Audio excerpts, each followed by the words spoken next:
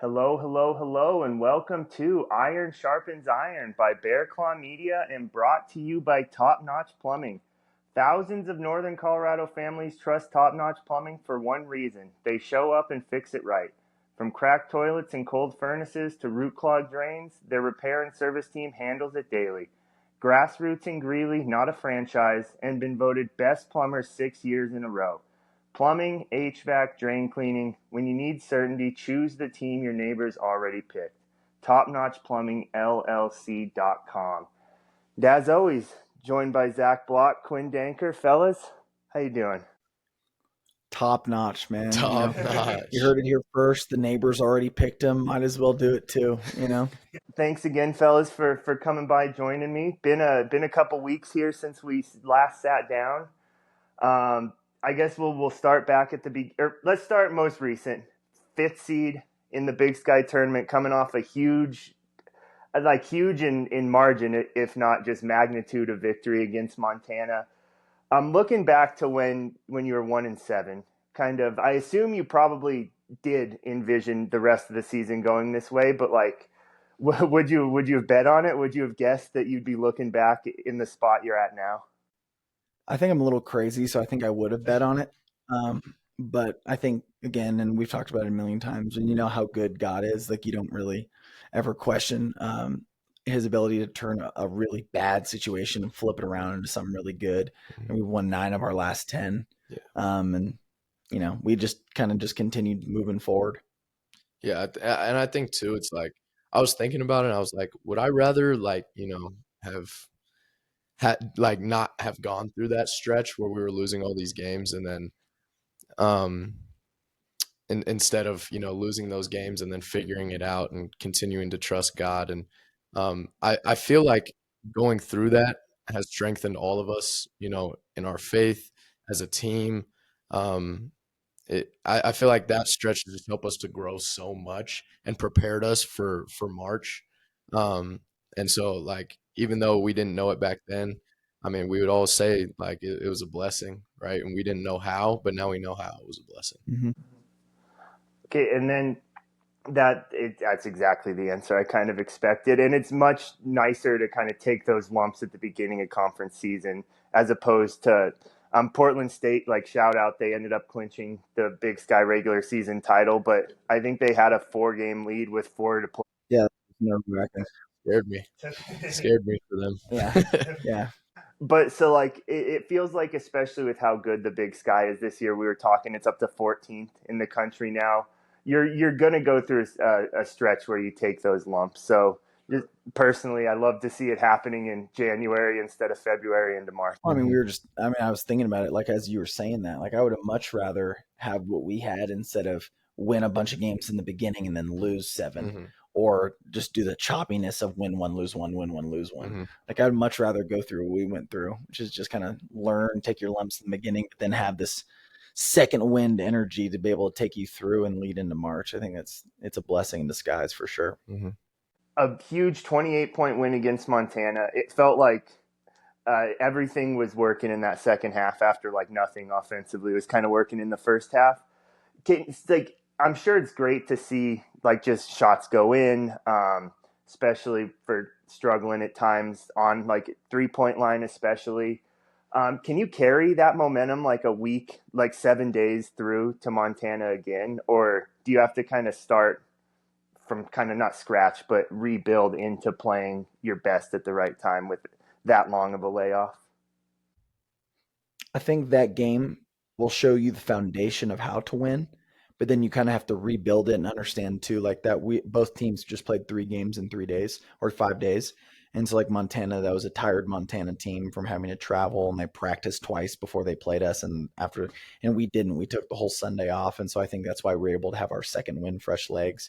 But I think that game will lay the groundwork of then this new plan. Because again, we can't just be we won by 28, show up and play. Right. It's not gonna be like that at all. Because the team that we're gonna play on next Monday is a completely different Montana team, with new energized players that are now motivated because we just beat them by 28. So now they're gonna show up, and not to mention we've got how many fans from UNC that were just blowing them up, and then also some added pressure from social media and different kinds of stuff. Like I bet those guys are feeling pretty motivated to want to try to go beat us. So we have to not only match that energy, but exceed that energy and remotivate ourselves for that game. For sure. Okay. And I didn't realize it till this morning, but not exact, but similar situation to last year where you closed with Weber State regular season, then have Weber State first game of the conference tournament. That one I think was like 6 points in Ogden and then ended up being like 25 in Boise. Obviously you want the win. You want to have that it was a great way to send like the home fans out. The Bank of Colorado was rocking on Monday. But do you almost I'm sure Smiley wishes that was like a 4-point win instead. Honestly, I don't. I think he wishes it was a 44-point win. I don't really think any of us really care about if it make it a little bit closer than we can blow them out. I think it's literally just let's show up, play. We just beat these guys. Let's go beat them again. And it's just because now we know the recipe. Now we know what we have to do. Like again, we laid down the framework of how we're going to do it, our specific kind of game plan, and then we're going to tweak some things. We're going to tweak some things on offense because we didn't play a clean game either. We just happened to win by a lot, but it doesn't mean we played our best game either. So we just got to keep continuing to get better. Mm-hmm. Okay. And in that game, a couple milestones. I think you tied, was it Matt Johnson for all-time games played in a Bears uniform? Shout out Matt, man. Yeah. Shout out Matt. That's good fire. Company. But so you'll, barring knock on wood, you'll sit alone atop that list come next Monday. And then also hit your 200th career 3. Oh, that's fire. Which was cool. Shout out Papa Bloch. I made sure to include those on the radio. But then Quinn, you took the all-time single season assists record for UNC. I know it's not quite the time for like looking back yet because there's still room to improve on both of those. But how cool! Like it's got to be cool just to like be able in 20 years to, if it still stands, to look back in I'm sure the game's played well with how college basketball is going, but to be able to like look back in the record book and see like your name's etched in history at the top.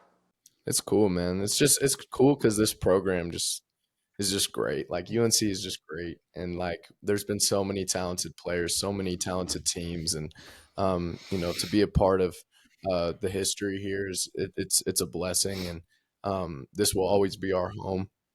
Greeley will always be our home. UNC will always be our home. And so I'm excited for future years to always come back and see what the Bears are doing in the future. But like you said, job's not finished. So we gotta stay present and focused on winning each and every day as we get into Boise. Couldn't have said it better. 100%. Okay, let's kind of rewind a bit here because though that Montana game was the last home game, senior night was the previous weekend against Northern Arizona. It felt a little weird seeing it on the schedule, but made complete sense with you guys flying back from Idaho on Sunday and having the full no Thursday game against Northern Arizona. How I'll just leave it as open as possible. How was senior night? Was it emotional? Was it did it kind of throw you off to start that game? I'll let you take it in any direction you guys want to go with it. I think it was really emotional. It was emotional for me just because getting to see my family and stuff, and seeing the videos that they played up on the board, and then walking out, hugging the coaches, just like seeing all the people that are important in UNC athletics leadership, and getting to see all the fan support. It was a big night, and it was just a really fun game. What else would you say about just the emotions? Well, I mean, for me, honestly, like senior night, it was hard. It was hard for me to be. I felt like there was just so much going on that I was just like overwhelmed a little, like overstimulated. That's real. Yeah. And then like also knowing that I had another game back there, I think I felt way more emotion after this last game than I did senior night, just because I knew that was, my last game in the bank. And I think senior night just had too much going on. Bro, that's actually so real because my parents showed up like late. They walked in the gym right as Ibu was walking. I'm like, geez, guys, like I told y'all to be here like 20 minutes early, and they're all here socializing as they're walking by, and I'm like, Chris, get over here, dog. Yeah, I'm yelling at my brother to run back there, and oh my gosh, like It was the funniest thing ever. But eventually they all made it back, and it was good. And but he's so right though. Like there's so much hectic stuff going Yeah. on. I feel like it was. I was overstimulated for Yeah. sure. But And I how was like, about I'm just trying to play a game right now. dude? Yeah, I'm like, So real. Man, I got to get my legs going yeah, I again. know. One who did have his legs going was Brock Wisney. Yeah, he did. 39 points, I believe, third single on the single season UNC or single game leaderboard at UNC. 21 shots too. It wasn't like he was out there chucking. I didn't really understand like what NAU was really doing. To be honest with you, it didn't really make sense to me because I mean they kept blitzing me every like on the ball screens. They were denying him everywhere he went, and so it just left the floor wide open. And then you're going to go give the best big guy in the league just as many touches as he wants. It was just insane to me. But hey, we'll take a Brock 38 Yeah, ball we every day of the will. week. Yeah, that's what happens if you don't double team or help in the post, and we have the best big in the country. like Yeah, like he's gonna score it every single time. yeah. And it was kind of crazy because there was a handful of games early in the season where I think teams were like non-con games where they didn't double Brock. I think Texas Tech was one, and he tore it up. So it felt like the entire Big Sky slate they were sending a second. And when they do, like he finds you or Ibu or Ring on the backside like very consistently. So he's good at passing out of them. But So much. He's gotten so good at it. Yeah. it is kind of baffling not to double Brock at this point in the season. Yeah, I mean, but that's the beauty of our team is like you really got to pick your poison. So like, yeah, you can double Brock, but then he's so good at passing and finding guys that puts you in rotations, gives up open shots to shooters, get the ball back to Quinn. He can go make a play, knock down a shot. Like that's why like I don't know really how I would scout our team, and play against our team. It's like you just gotta pick something and then you gotta roll pick with it. something, yeah, and roll with it. It is crazy because Ibu feels like anytime he gets an open three, I'm assuming it's going in. Yeah. And Ring shot like 50+% from deep in conference play. Yeah. After that was maybe like looking at the percentages coming in, the guy that you could afford to leave open, he's quickly closed that door. Then big win there, a fun, exciting game, Northern Arizona. It felt like it's not really close. It's not really close. Then all of a sudden they had it with one or down one, which great defense on. Oh man, he torched us both times. So I really should remember his name. Coleman, yeah. But that was funny. Both season highs came against UNC because his previous was. I asked him after the game. He's a pretty quiet kid, it seems. I was like, what is it about UNC that his eyes must just light up when he comes in to play the Bears? But moving forward to Eastern Washington, at the time, 7-game win streak, I believe, versus a 6-game win streak for them. Really all it was cracked up to be for most of the game. Tied at 40 at halftime. It was tied at 50 at one point, tied at 60 at one point. And then just a couple felt like boom, boom, boom, like 3 big plays, maybe a mistake or two by UNC, and they kind of stretched that out. But that felt like a tournament game, like the atmosphere, the environment, like the competitiveness. So what were your guys' kind of lingering takeaways from that one? I think honestly, I loved the game. I thought it was really fun. I think it was a fun game to be a part of. I think there was just a couple, like we were so close. It was only like, it was 3. I feel like we were 3 possessions away from winning it. We just kind of made too many mistakes down the stretch, and especially being at their place too. We got to understand they're going to get home court treatment. So we have to you can't just go into that game expecting it to be like, even when you come and play us, like you have to beat us. You can't just expect to walk into a win. It's not how that works, especially when they're as hot as they are. Mm-hmm. Like you have to, like there's not a lot of margin for error. Mm-hmm. And we just made too many mistakes. We just made a couple different mistakes. Four of us had 4 fouls. So we were dealing with foul trouble for a little bit. And so we just kind of went through some scoring spells, and they got hot. They've got good players, and yeah, like hats off to them. I thought they were gonna win the league. To be honest with you, I totally thought they were gonna win that last game, and then like if Portland State had lost that last one, then I think they would have been the number 1 seed or something, which would have been insane. It would have been crazy to see the 3-way tie at the top in Portland State after having a stranglehold basically on the conference all year, slipping down into that. That would have been insane. I'm glad they pulled it out because they deserve it, and sure. their coach is an awesome guy. So I assume you guys saw that video of Coburn no, getting lit in the locker room. or I didn't see that one. I saw him like hyping up all the fans after he. We probably. I guess we could play it. no, I know exactly what you're talking about. Yeah, I saw it. Which is awesome. Like I feel like he was one of the coaches who, as like radio guys, we have a very small like piece, and he was always super cool to us. Yeah, He's a good dude. He's a great dude. Yeah. Awesome story too. Like his story is pretty incredible. Just like I remember because he recruited me for a little bit, and I remember he told me he was like homeless. He was like living in a trailer, and he was kind of just like working around trying to find a job, and finally like came across Portland, kind of grinded his way up, and he's just been a grinder his whole life, and just an incredible human being, awesome energy, probably a super fun coach to play for. I mean, he was fun just to talk to, like during the recruiting process. Really good dude, and I know the players love playing for him, so I was happy to see them get it done. Mm-hmm. Me too, and it also feels like Portland State and UNC are in similar like boats in the Big Sky, where it's not one of the like the Montanas, the Weber states that you expect to be good every year, but it just built something like through just doing things consistently the right way. That I always love to see that stuff. Yeah. And also one of the last coaches, I don't think he wears the tie, but he has the suit jacket and the collar. Yeah, he loves it. I actually love that. He wears the same suit every time. It's great. Yeah. I wonder if they play long enough, he'll have to break out a green one. We'll have to bring out a new suit. 100%, yeah. 100%. But then we got a little derailed there. But then Idaho was with that loss, and basically every other result went the way it needed not to go for like seeding purposes that night. Set up a huge matchup against Idaho. Basically, either could clinch the 6 or probably going to be the 7 and playing on Saturday and making it a lot tougher. Came out down 7 at halftime. Then I'll start there. What was kind of the message at half? Because whatever it was, it worked. Because came out, had like 2 separate, I think 13-0 runs, and just kind of dominated in that second half. Yeah, I think we were just getting punked early on. Yeah. And we knew that. We knew that we needed to be tougher.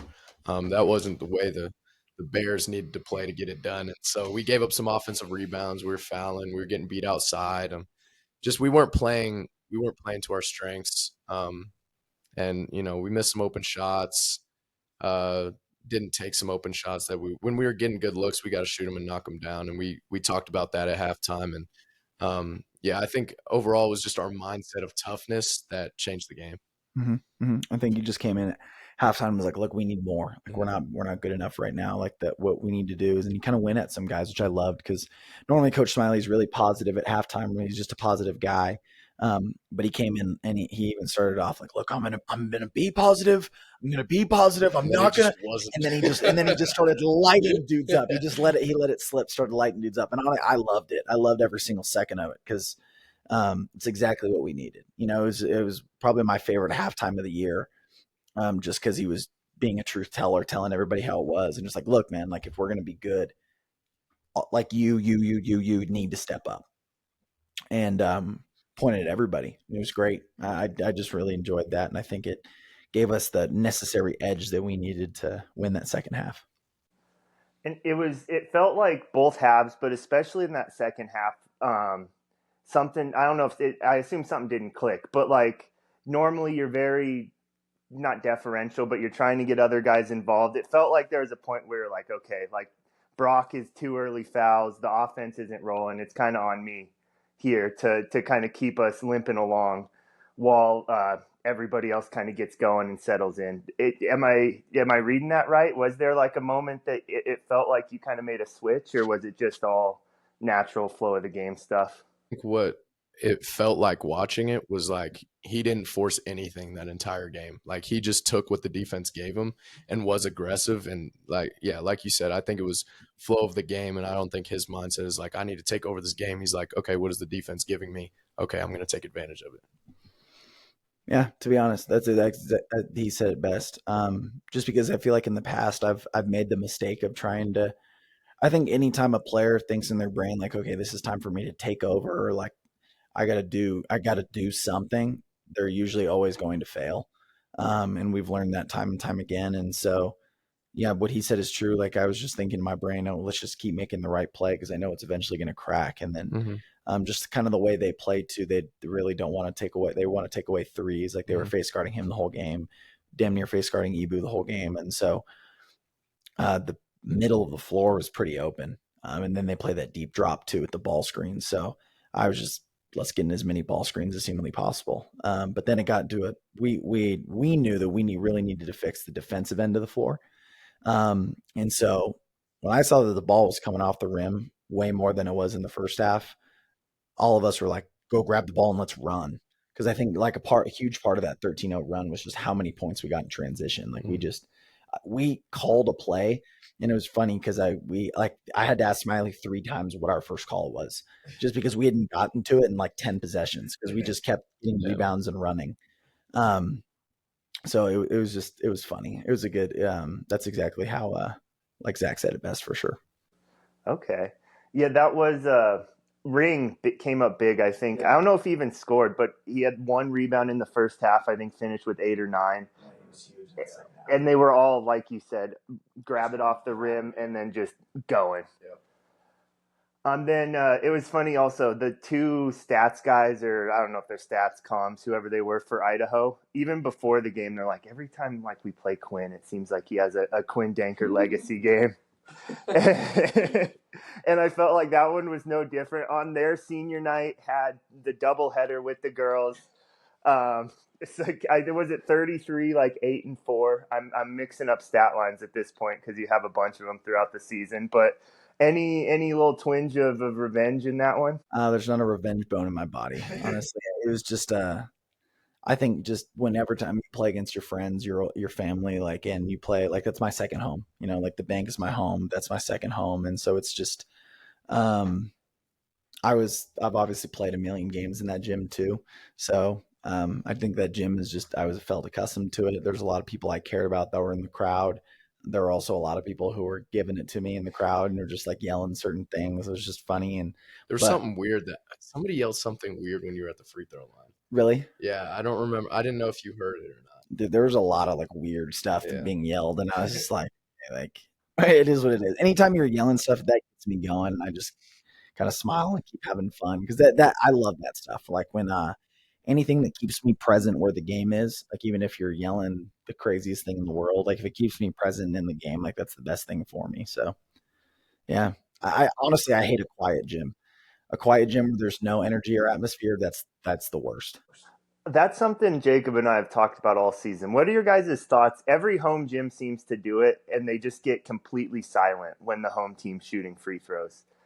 I always feel like I'd rather just keep talking amongst yourselves. 100%. Like I completely agree, honestly, because even when we work out, like, and we're shooting free throws, like in our workouts and stuff, it's not like they're like Coach DC is like, "Hey guys, quiet down."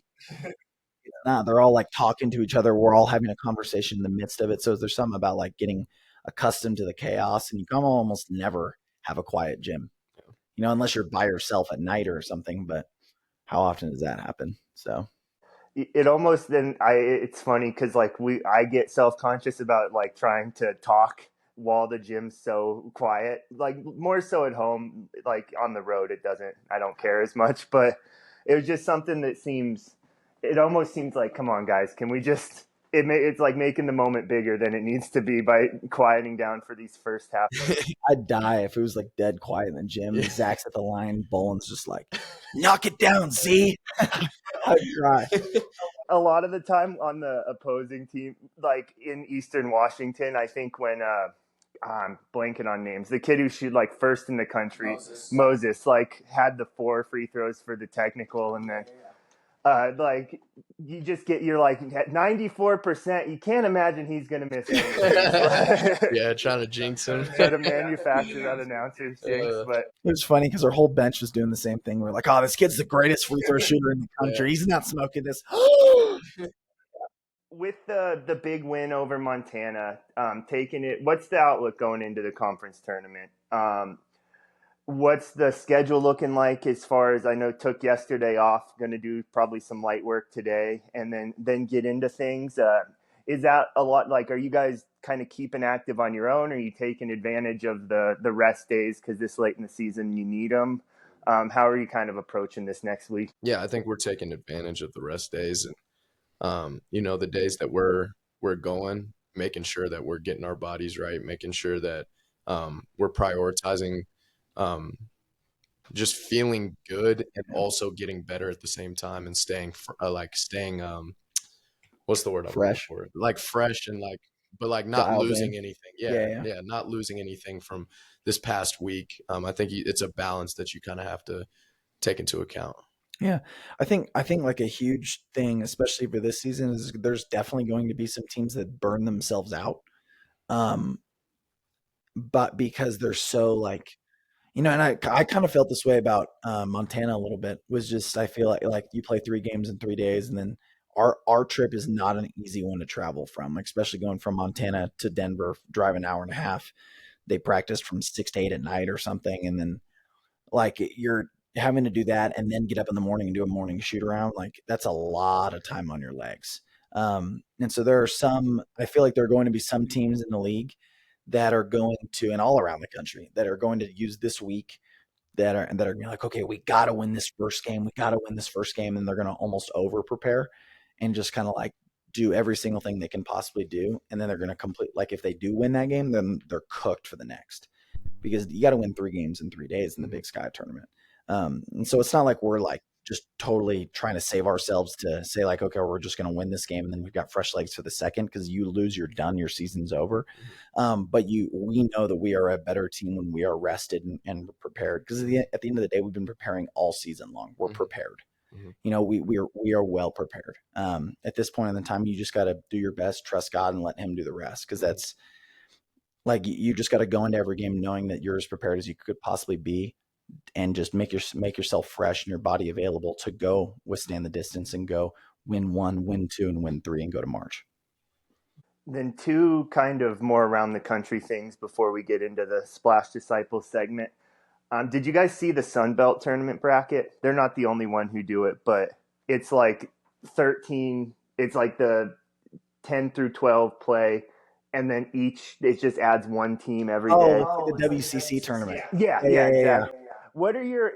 It would kind of last year. I think I would have loved it. This year, being so like 2 games out of first and being fifth, I probably wouldn't have loved it as much. But what are your just kind of thoughts on that tournament style? Dude, it's like the greatest advantage ever for if you're a 1 or 2 seed.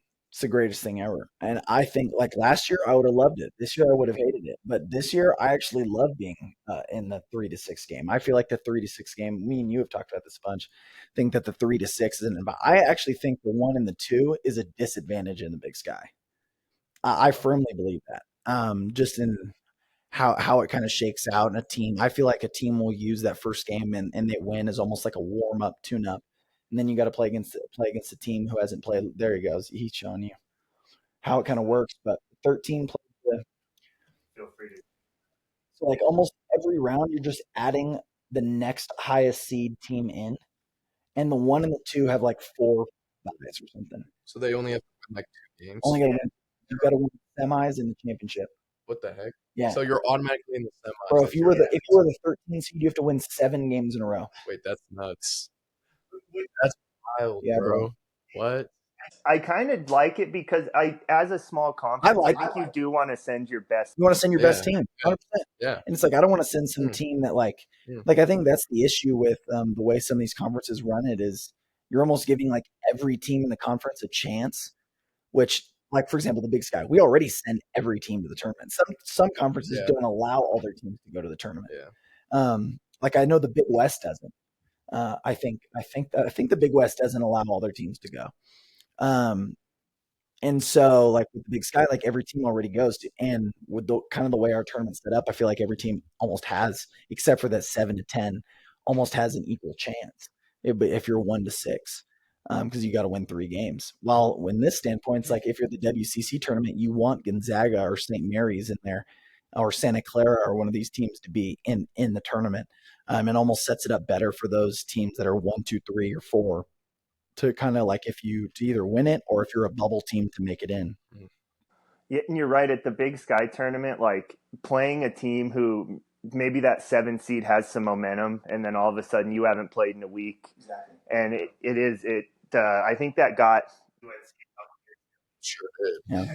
Yeah, Idaho State. Oh Yeah, we were the 2 seed, and they had I forget what seed they were, but They were the 7. were they 7? They Yeah, 7 and and they came beat in. the 8 seed Northern Arizona. Yeah, they came in and smacked us. and that was felt like a bad matchup because I think that was We had 2 close games with them that year. They both went to. I think they might have both went to overtime. yeah. Oh, because I think One at at home home was it double or triple overtime. De Sorry. Jure had to hit like 3 free throws Yes. to basically send it into Yeah. OT. I remember Yeah. that. But and then Braden Parker. Braden Parker. Man. But then Miami of Ohio has been kind of the sweeping Twitter topic. Now sitting 30-0. Just because I think the argument is they shouldn't make the tournament necessarily if they don't win the MAC tournament championship. And I think that just discounts how hard it is to win 30 straight games, no matter who you're playing. So I think cooler heads will probably prevail even if they lose in the tournament and they'll be in with one loss. But what are your guys' kind of thoughts on that? On the metrics taking over so much that a team that hasn't lost is legitimately seemingly on the bubble if they just drop one. Well, I think winning 30 wins is just so that's so impressive. I don't know how you don't get into March Madness after that. Because some night in the tournament, somebody could just shoot 60% from 3 and then you're done. And they've had such an incredible season. They have an incredible coach. And in my opinion, they deserve to be in regardless. But Yeah, I think they deserve to be in regardless. I remember last year I thought it was crazy when the 2 Big West schools that were kind of dominating were UC San Diego and UC Irvine, who we played in the NIT. Mm-hmm. I was appalled. 30-some wins. They did. At the time, both of them had 30 wins. Yeah. I'm both of these teams have 30 wins going into playoffs. This is pretty unreal. Going into the final, their league championship, they played each other, and UC San Diego prevailed. So then they ended up moving on and playing whoever it was that they played. And it was funny because they were the hot fan favorite for the upset and all this other stuff. UC Irvine was just as good. UC Irvine went to the championship of the NIT. Yeah. That's a team that definitely probably should have been in the NCAA tournament. And so I remember because they had 4 losses at the time. Yeah, it was something like that. And and I was just like, man alive, this team's good. And they did play Power Fives and different kind of stuff and beat some. And so I was just like, what? It's just crazy how all the metric stuff work just by having a name on your jersey, therefore, and you have 12 wins, therefore you're able to, I guarantee you, if you played this team right now and you're at you've got 12 wins and you're playing against this team, there's no way in the world you would win. I promise you. Having to watch this Miami of Ohio team, they're good. They're really good, and they got a lot of talented players. An older team, really well coached. So I just think it'd be really unfortunate if the metrics worked out in their favor, and it's not their fault that their conference isn't as high in the metric ranking. It's not their fault. Now it's you can argue that they haven't played a Power 5 and all this different kind of stuff, but you're 30, So I think that is people are that's the only argument you have. And I think that's probably the only argument you need. Even if you're 33-1, 30-1, that still feels like enough of an argument. Dude, and the fact that the whole last half of their season, in their heads, every single game is an elimination game. Yeah. And every single game, the away crowd is insane. It's packed out. So they're playing March Madness games every single game every and night. winning. I was watching their game last night. It was unreal. And just the last 2 games that they played have all come down to one shot. And so it's been pretty crazy because all these teams are showing up and playing their best basketball. For sure. Yeah, especially if you're Western Michigan's 10-18. This is the game they have left on their schedule that really matters. Exactly. All right. Sorry, I kind of backed us into a time crunch here for the Splash Disciples segment, but I will pass it off to you guys now. Well, I think we just wanted to talk about, at our Bible study last week, the Bible study was called "Who's on Your Team," and we kind of talked about how Jesus sent out his disciples. It was 70 of them. Was it 70? 72? 72. 72. And he sent them out in groups of two to go preach the gospel and preach his word, and how important it is to do your walk with Jesus with other people, and making sure those people have a common goal with you of getting to know Jesus, of becoming more like him, of sharing the gospel. Because when you're doing things on your own and by yourself, it's easy to get lost. It's easy to lose track of where you're trying to go. And having somebody by your side to hold you accountable, to keep you on that right path. Like Jesus never said to do this walk alone, right? We're supposed to do it with him. Like it says in, I forget what book it is, but it says a threefold cord is not easily broken. Ecclesiastes. Yeah, Ecclesiastes. So, and I think a lot of that is attributed to marriage too, and how important that that bond is, that covenant is. 100%. Because a threefold cord with you, your wife, and then Jesus in the center of that is not easily broken, and it's a lot better to do your Christian life with other people. Yeah. And it says in Ecclesiastes 2 is greater than one. And like that goes back to like Jesus easily could have sent out his disciples, sent out 72 of them. He could easily been like, all right, we're going to cover 72 different areas, but he didn't. Cut it in half on purpose. Like Zach was saying, because it was meant the end of the verse is, I'm sending you out like sheep among wolves, right? Basically saying that the rest of the world that you're going into is wolves. And that you are going to get ridiculed, you are going to get laughed at, you're going to be disgraced by these people who aren't going to receive what you're going to say well all the time. And so I know that as a human being alone who's flesh and bone, you can't do this by yourself. So I'm sending you with a brother. So two lambs together, and you and me as like kind of the shepherd, I'm going to guide you guys, and the Holy Spirit's going to guide you and protect you wherever you go. I also think another way to think about this concept is, how many people think of faith, and I'm not going to say religion because I don't like that word, but more like faith in Jesus, faith in God, and think of it as an individual, something that they should kind of like keep close to chest. Because there's so many people out there that believe, oh, faith, religion are something that you don't talk about.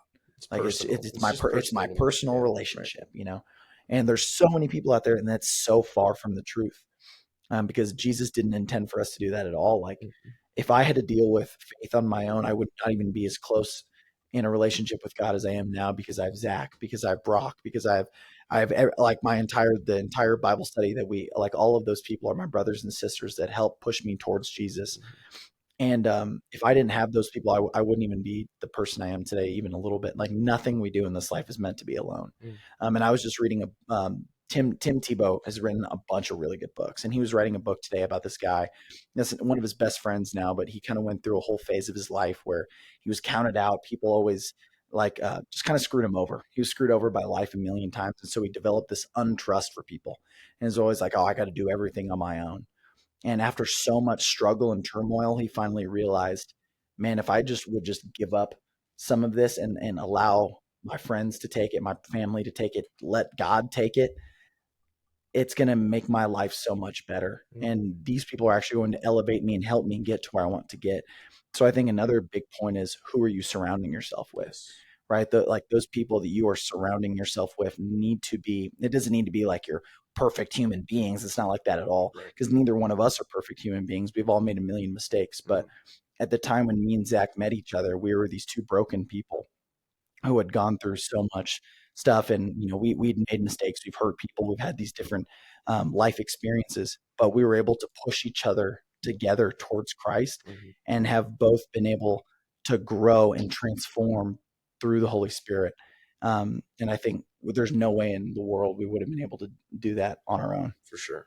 100%. And I was just reading today in 1 Corinthians when it talks about bad company corrupts good character. So like, who you're surrounding yourself with, like Q said, is everything. And that's where you have to use discernment and wisdom of who you're asking to pray for you, who you're telling your struggles to. I think it's very important to know the difference between, okay, God wants me to share things with people, God wants me to be open, but like, you also have to use discernment with who you're sharing these things to. If they're people that you see and you can feel really love Christ, that doesn't mean you won't get hurt. That doesn't mean trust won't be broken at times. But that means that they're but that means that they're on a path of pursuing Jesus just like you. And so when, like Q said, when you have that bond, it's we're not meant to do it alone. Great stuff as always. Wish we could expand a little bit more on that. That one's on me, but I will get you guys out of here so you're not late. As always, like, comment, subscribe. Tell your moms to like, comment, and subscribe. Come on, Mom. We'll probably be coming back to you after the conference tournament. So, fellas, I'm sure I'll see you Sunday, but good luck. Yes, sir. Yes, sir. Thank you, man. All right. Have a good one.